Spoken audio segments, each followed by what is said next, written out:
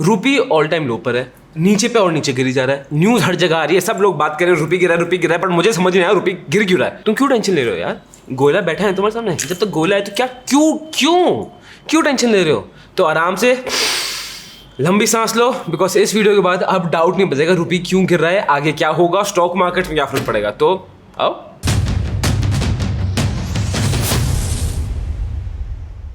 Hi guys, my name is Harsh Goyla. I'm an investor, trainer and mentor in stock markets. ये कहानी तो अब तक रट गई है। तो आज रुपी क्यों गिर रहा है ये भी क्लियरली आसान भाषा में समझ आ जाएगा। बट उसके पहले ना एक बहुत ज़रूरी मैसेज है जो मैं आपको देना चाहता हूँ। सो अगर आपको सीधा मेन कंटेंट में उतरना है, आप टाइम में सीधा आगे उतर जाओ मेन कंटेंट पे। अदरवाइज ये सुन लो, जेन्युइनली जो आपके डाउट्स अराउंड इकोनॉमिक्स है ना वो क्लियर हो जाएंगे। अब बहुत लोग कमेंट बॉक्स में लिख रहे हैं, मुझे डीएम कर रहे हैं और मेरे स्टूडेंट्स मुझसे पूछ रहे हैं कि हर्ष इकोनॉमिक्स समझने के लिए कौन सी बुक पढ़ें, ये कैसे समझें, वो कैसे समझें, समझ नहीं आ रहा इकोनॉमिक्स क्या है, किस जानवर का इकोनॉमिक्स है। ट्रस्ट मी, बताओ इकोनॉमिक्स को समझने का तरीका कैसे है। इसमें कोई मैं आपको एक बुक रेकमेंड नहीं कर पाऊंगा, अरे इस बुक को पढ़ो इकोनॉमिक्स में एक्सपर्ट हो जाओगे, सब समझ आएगा, ऐसा कुछ नहीं होगा।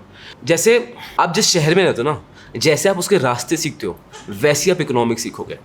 आई गिव एन एग्जाम्पल, मैं दिल्ली का पढ़ा वाला हूँ, तो पहले बचपन से मुझे क्या था, मेरे घर से स्कूल का रास्ता, फिर मुझे स्कूल के एक दो रास्ते पता चल गए थे, फिर मम्मी बाजार जाती तो बाजार का रास्ता याद हो गया था, फिर मैं एक दोस्त के यहाँ गया उसका रास्ता याद, एक दोस्त के यहाँ उसका रास्ता याद, करते करते करते मैं पूरा दिल्ली घूम लिया और मेरे पूरे दिल्ली का मैप मेरे दिमाग में फिट है। तो आप भी देखोगे, आपने अपना शहर भी ऐसे ही डिस्कवर किया है और आप अपने शहर में अगर कहीं भी पहुँच गए ना, आप रास्ता निकाल लोगे, क्यों? आपके दिमाग में एक मैप बना हुआ है। वैसा ही मैप आपका बनेगा इकोनॉमिक्स का, जो टाइम लेता है। होगा क्या, आपने पहले एक चीज़ डिस्कवर की, फिर कुछ और डिस्कवर की, फिर कुछ और, फिर कुछ और, फिर कुछ और उनके बीच में कोई कनेक्टिंग रास्ता नहीं है ना, तब आदमी जाता है अरे भाई क्या हो रहा है, कुछ समझ नहीं आ रहा, confusion. But you will have to give time, हल्के हल्के पढ़ते रहो, समझते रहो, आपको खुद समझ आ जाएगा। बस न्यूज़ देखते रहो और देखते रहो क्या हो रहा है, क्यों हो रहा है, पूरा विद टाइम ये इकोनॉमिक्स का मैप क्लियर हो जाएगा। सच बता रहा हूँ, मैं ना 11th-12th में इकोनॉमिक्स में जस्ट पास होता था, जस्ट पास, क्योंकि मेरी टीचर को खुद घंटा को इकोनॉमिक्स नहीं आता था। वो बस मुझसे पूछी थी कि मुझे एग्जैक्ट डेफिनेशन बताओ, डिमांड से कर्व, सप्लाई कर्व, जिनका कुछ भी सेंस नहीं है एग्जैक्ट डेफिनेशन का, रियल टाइम में उसका यूजेज क्या है, इकोनॉमी को आसान भाषा में समझना है, ये मुझे एटलीस्ट स्कूल की इकोनॉमिक्स नहीं सिखाया। तो स्कूल की इकोनॉमिक्स को रियल लाइफ इकोनॉमिक्स से कंपेयर मत करो, इकोनॉमिक्स बहुत आसान है, वही है एक शहर के मैप की तरह है, हल्के हल्के ना ये पूरा खुल जाए, और एक बार खुल गया ना आपके रास्ते इतने पक्के हो जाएंगे, आपको कहीं भी छोड़ दूंगा ना, आप घर का रास्ता ढूंढ ही लोगे। अब समझते हैं कि व्हाई इज रुपी फॉलिंग, और आप देखोगे ना इट्स अ चेन रिएक्शन, हर एक चीज से कनेक्टेड है। आराम से सब समझेंगे, जल्दी की बात कोई है ही नहीं, ठीक है। चलो, सबसे पहला रीजन आता है यूएस इन्फ्लेशन। ठीक, इन्फ्लेशन हम सबको पता है, जब करेंसी की वैल्यू कम हो जाती है, जो 10 रुपए से इतना सामान आता था अब 10 रुपए से इतना सामान आ रहा है, तो इन्फ्लेशन, महंगाई बढ़ना, इसी को इन्फ्लेशन बोलते हैं। इन्फ्लेशन अब दो तरीकों का होता है। सबसे पहले इन्फ्लेशन होता है डिमांड पुल इन्फ्लेशन। ठीक, डिमांड पुल इन्फ्लेशन क्या होता है? अब इकोनॉमी में दो चीज़ होती हैं, डिमांड, सप्लाई। जब demand is higher than the supply तो इन्फ्लेशन। कैसे? अब ब्रेड बन रही है 10 रुपए की, डिमांड बहुत ज़्यादा है, सप्लाई ब्रेड की कम है, तो ब्रेड सेलर क्या बोलेगा, भाई मैं बेचूंगा 15 रुपए की, लोग डिमांड ज़्यादा है तो लोग खरीद लेंगे, तो ब्रेड की प्राइस क्या हो गई 15 रुपए, तो ये 5 रुपए क्या हुआ, इन्फ्लेशन। एक सिंपल एग्जांपल समझाने के लिए, अब डिमांड इन्फ्लेशन ना बड़ी आसान होती है टू कंट्रोल। क्यों? इंटरेस्ट रेट बढ़ा दो। अब अगर बैंक के इंटरेस्ट रेट बढ़ गए, लोन नहीं ले पाएंगे, वहाँ पे हम ज़्यादा पैसा सेव कर देंगे क्योंकि यार एफडी में अच्छे इंटरेस्ट रेट मिल रहे होंगे, तो ऑटोमेटिकली डिमांड कम हो जाती है, तो इकोनॉमी कंट्रोल में आ सकती है। सेकेंड टाइप का इन्फ्लेशन होता है कॉस्ट पुश इन्फ्लेशन। अब इसमें डिफरेंस क्या होता है कि इसमें रॉ मटेरियल्स की प्राइस बढ़ जाती है, इसलिए चीज़ों की प्राइस बढ़ जाती है। जैसे अगर क्रूड ऑयल की प्राइस बढ़ गई तो अब देख रहे हो फूड हमारे आसपास महंगा हो गया। अब अगर पाम ऑयल की प्राइस बढ़ गई तो जिन चीज़ों में पाम ऑयल यूज़ होता है उन सब की प्राइस बढ़ जाएगी। तो इसमें डिमांड का इतना इशू नहीं है, बट कॉस्ट पुश इन्फ्लेशन में इशू ये है कि रॉ मटेरियल्स की प्राइस बढ़ गई है। और अभी one of the main reasons for this is Russia Ukraine war, and I think अब तो all of us can safely से कि ये वॉर बहुत लंबी चल सकती है। जो भी एनालिस्ट है सबकी प्रेडिक्शन फेल हो गई है कि कितने टाइम तक वॉर चलेगी, ये बहुत लंबी चलेगी, और यही मानना सेंसिबिलिटी है इस स्टेज में, एटलीस्ट फॉर अस इन्वेस्टर्स। ठीक है, अब जो कॉस्ट पुश इन्फ्लेशन होता है ना यार, ये भेजता है इकोनॉमी को रिसेशन में, क्योंकि अगर इसमें आप डिमांड को ऊपर नीचे कर दो इंटरेस्ट रेट बढ़ा के, इतना फर्क नहीं पड़ेगा। ठीक है, जो मेन रॉ मटेरियल की प्राइस है वो प्राइस बढ़ रही है। बिकॉज ऑफ दिस आप देख रहे हो यूएस इन्फ्लेशन 9.1% क्लॉक कर चुकी है।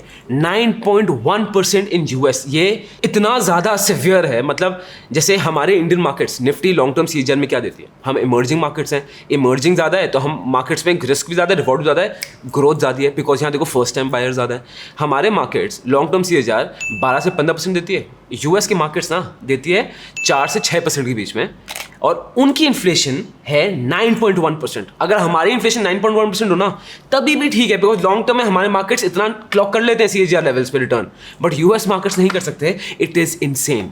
और ये सिर्फ यूएस में नहीं, आप वर्ल्ड वाइड इन्फ्लेशन देखो। US inflation 9.1, United kingdom Britain 9.1, Australia 5.1, Singapore 5.6 and India 7.01। I know हम सब हाप करें कि इन्फ्लेशन बहुत बढ़ गया है, बहुत बढ़ गया है, और काफ़ी लोग होंगे जो सरकार को भी गालियां दे रहे होंगे, but the fact of the matter is इसमें गवर्नमेंट का इतना प्ले होगा ही नहीं, बिकॉज ये जियो पोलिटिकल सिचुएशंस चल रही हैं, ये पूरा macro economically everyone is following down. Coming back to the point, अब इन्फ्लेशन इतना बढ़ गया।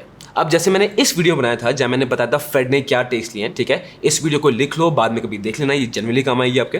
तो फेड ने, जो हमारा आरबीआई वो उनका फेडरल रिजर्व है, already interest rate hike up कर दिए हैं, एंड अब एक्सपर्ट्स बोल रहे हैं कि 1% से और भी ज्यादा हाइक अप होंगे। और जो 1% इंटरेस्ट बढ़ रहा है ना, यही रुपये का one of the biggest downfall होने वाला है। कैसे? अब आप बोलोगे हर चाहे यूएस का बैंक इंटरेस्ट रेट बढ़ रहा है तो हमें क्या फर्क ऐसे पड़ेगा दोस्त, कि वहां पे अगर आप 2-3 साल का डिपॉजिट रखो ना, तो यूएस में एज ऑफ नाउ आपको 3% रिटर्न दे रहे हैं बैंक्स, यूएस के बैंक्स। अब कितने फॉरेन इंस्टीट्यूशन इन्वेस्टर्स के लिए क्या सेंस बनता है कि भाई why to invest in India, why to invest in Brazil, why to invest in some other country, जब यूएस में इतना अच्छा रिटर्न मिल रहा है। एंड हमारे लिए 3% बेकार है, बट यूएस के लिए 3% बहुत अच्छा रिटर्न है, स्पेसिफिकली बैंक जो सेफली आपको मिल रहा है।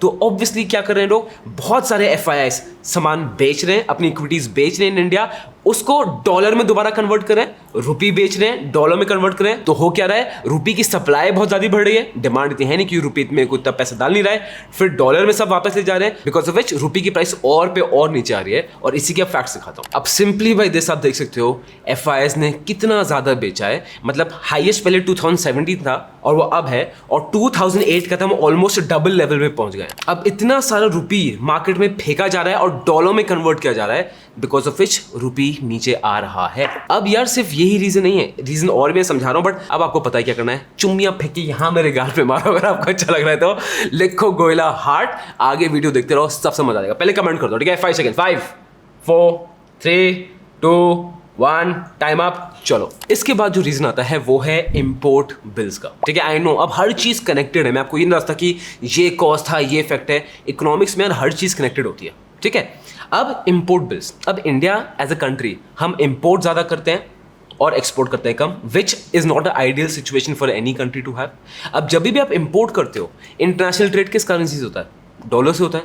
तो जितना ज़्यादा आप इंपोर्ट करोगे उतना ज़्यादा डॉलर आप वापस भेजते रहोगे, ठीक है? अब इसका इफेक्ट क्या होगा पहले समझते हैं, बट उसके पहले सम फैक्ट्स। अब imports of India jumped by 57.55% year on year, 57.55%। और जैसा आप ग्राफ में देख सकते हो, जून 2022 में हमारा हाईएस्ट इंपोर्ट बिल रहा है ऑफ $63.1 बिलियन। अब इसकी वजह से फर्क क्या पड़ता है? अब जो रुपी आरबीआई ने अपने पास रखा हुआ है, ठीक है, उसकी आरबीआई वैल्यू मेंटेन करता है। कैसे मेंटेन करता है? वो अपने पास फॉरेन एक्सचेंज रिजर्व भी रखेगा, जहां डॉलर है, दूसरी करेंसी तो गोल्ड भी है, एंड गोल्ड भी रखेगा। उसके बेसिस में उस करेंसी की वैल्यू होती है। अगर किसी सेंट्रल बैंक के पास कुछ है ही नहीं, वो बस प्रिंट करे नोट, तो उसकी तो वैसे भी कुछ मतलब है ही नहीं, वो तो पेपर हो गया फिर। अब because of import bills being so high, हमारा फॉरेन रिजर्व वो कम होता रहता है, बिकॉज डॉलर तो भारी जा रहा है, भारी मात्रा से भारी जा रहा है, because of which rupee again ticks a hit और उसकी वैल्यू और नीचे जाती है। अब अगेन आप देखोगे सब चेन रिएक्शन है। अब इंपोर्ट बिल्स इतने हाई है तो हो क्या रहा है, हमारे देश का current account deficit that is taking a hit, क्योंकि अब डेफिसिट जो गैप है वो बढ़ गया है, जहाँ पे इंपोर्ट हो रहा है ज़्यादा, एक्सपोर्ट हो रहा है कम, डॉलर की डिमांड ज़्यादा हो गई है और डॉलर की सप्लाई है कम, तो ऑटोमेटिकली डॉलर की प्राइस और बढ़ती रहेगी, और रुपी जितना डॉलर की प्राइस बढ़ती रहेगी, रुपी हमारे लिए उतना ही वीकर होता रहेगा। और ये आपको पूरा चार्ट दिखा रहा है कि हमारा करंट अकाउंट डेफिसिट काफ़ी खराब हालत में है। अब आप सोच रहे हो हर्ष हम तो बर्बाद हो गए, इंडिया बर्बाद हो गया। नहीं, जैसे मैं आपको पहले ही बता रहा था, ठीक है, ये इंडिया की सिचुएशन नहीं है, पूरी world wide macro economic problems चल रही हैं। It is not only India, उल्टा इंडिया वुड से स्टिल काफ़ी स्ट्रॉन्ग है, जिसकी रीज़न मैं आपको दूंगा। अब अगर मैं देखूँ डॉलर को comparing to other currencies in the world, ये है डॉलर अगेंस्ट इंडियन रुपी, हमें तो पता है हालत काफ़ी ख़राब है। ये है डॉलर अगेंस्ट पाउंड, ये है डॉलर अगेंस्ट जापानीज येन, हर करेंसी डिवैल्यू करी है। ये है डॉलर अगेंस्ट चाइनीज युआन, हर करेंसी डिवैल्यू करी है। It is not only India. तो गोयला भाई ये बताओ, रुपी आगे गिरेगा या चढ़ेगा? यार देखो, पर्सनली अगर आप मुझसे पर्सनल एक्सपीरियंस मांगोगे, in the short run, at least in the near coming future, I see कि यार रुपी हो सकता है और गिरे, और एक्सपर्ट्स भी मेरे साथ अग्री कर रहे हैं। एक्सपर्ट्स भी बोल रहे हैं कि रुपी हो सकता है 82 to 84 तक के ब्रैकेट तक जा सकता है। इसके 2-3 रीजन हैं जो मैंने बताया। क्रूड ऑयल प्राइसेस बढ़ रही हैं, ठीक है, फेड अपने इंटरेस्ट रेट और हाई करता है, तो ऑब्वियसली एफआईआईस और भी बेचेंगे, एंड क्रूड ऑयल प्राइसेस बढ़ेंगे, हमारा करंट अकाउंट डेफिसिट और भी ज़्यादा खराब हो जाएगा। बट वैसे I am very optimistic in India, because I know India से बहुत बेटर बाहर निकलेगा, एंड दूसरी कंट्रीज तो मच बेटर बाहर निकलेगा। इसके फैक्ट्स क्या है मेरे इसके बिलीफ के? बिकॉज इंडिया ना has the 5th largest holdings of international reserves in the world. दुनिया में 5th largest holding of international reserves, and जो हमारे सारे इंटरनेशनल एसेट्स हैं ना, वो हमारे 3/4 लाइबिलिटी को कवर करते हैं। उस लाइबिलिटीज में including debt, equity and other forms of contractual obligation जो दूसरे देशों से रहती है। तो इस सिचुएशन में इतनी खराब हालत नहीं है जो सब दिखा रहे हैं। अभी आई नो तो पैनिक सिचुएशन है, बट ओवरऑल इट्स ओके, ठीक है। अब बात करते हैं इंडियन मार्केट्स में। आपको मिला ठीक, मैंने इंडियन मार्केट्स में बहुत वीडियो बना चुका हूँ कि why do I think Indian markets अभी नीचे ही जाएंगे। मैं खुद सेल ऑफ कर चुका हूँ, ठीक है, but this can actually bring an investment opportunity for all of us, और मैं इसमें जेन्युइनली बिलीव करता हूँ। क्यों? क्योंकि जब रुपी इतना ज़्यादा नीचे गिरता है ना, there is one silver lining. Silver lining क्या है? जब रुपी बहुत ज़्यादा नीचे गिर जाता है, एंड स्पेसिफिकली जब मार्केट्स भी बहुत नीचे गिर जाता है ना, तो बहुत सारे एफपीआईज और एफआईआईज को इंडियन मार्केट बड़ा अट्रैक्टिव लगता है। वाई? कम डॉलर में ज़्यादा पैसे आ रहे हैं, और मार्केट्स अगर गिर गए, अट्रैक्टिव वैल्यूएशन मिल रही है। That can be the point जहाँ सब घुसेंगे, और दैट इज द पॉइंट जहाँ हम घुसने वाले हैं। और चिंता मत करो, वो तो मैं आपको अपडेट रखूंगा इस सिचुएशन में, क्या हो रहा है क्या नहीं हो रहा, मेरा उसमें पर्सनल टेक क्या है। अब आई नो अभी भी बहुत लोग होंगे जो बोलेंगे यार ये तो नरेंद्र मोदी की गलती है, ये बीजेपी की गलती है, कांग्रेस की गलती है। इस सब से निकलो बाहर। इसमें अगर आपको जाना है ना, मैंने प्रॉपर स्टडी बनाई थी हमारे साइलेंट प्राइम मिनिस्टर में मनमोहन सिंह पे, एंड अंडरस्टैंड एक पॉलिटिशियन का रोल इकोनॉमी में होता क्या है, और नरेंद्र मोदी जी पे भी बनाई थी, तो वो भी देखो, सो दैट आप इकोनॉमिक्स और पॉलिटिक्स में डिफरेंशिएट कर पाओ। टिल देन आपको अपना प्रॉमिस ध्यान है, ठीक है, चुम्मियां फेंक के मारनी है मुझे यहाँ पे। तो कमेंट बॉक्स में गोयला हार्ट साइन, लाइक, सब्सक्राइब करना मत भूलना। दिस गोयला फ्रेंड्स, फाइनेंशियली एम्पावरिंग यू।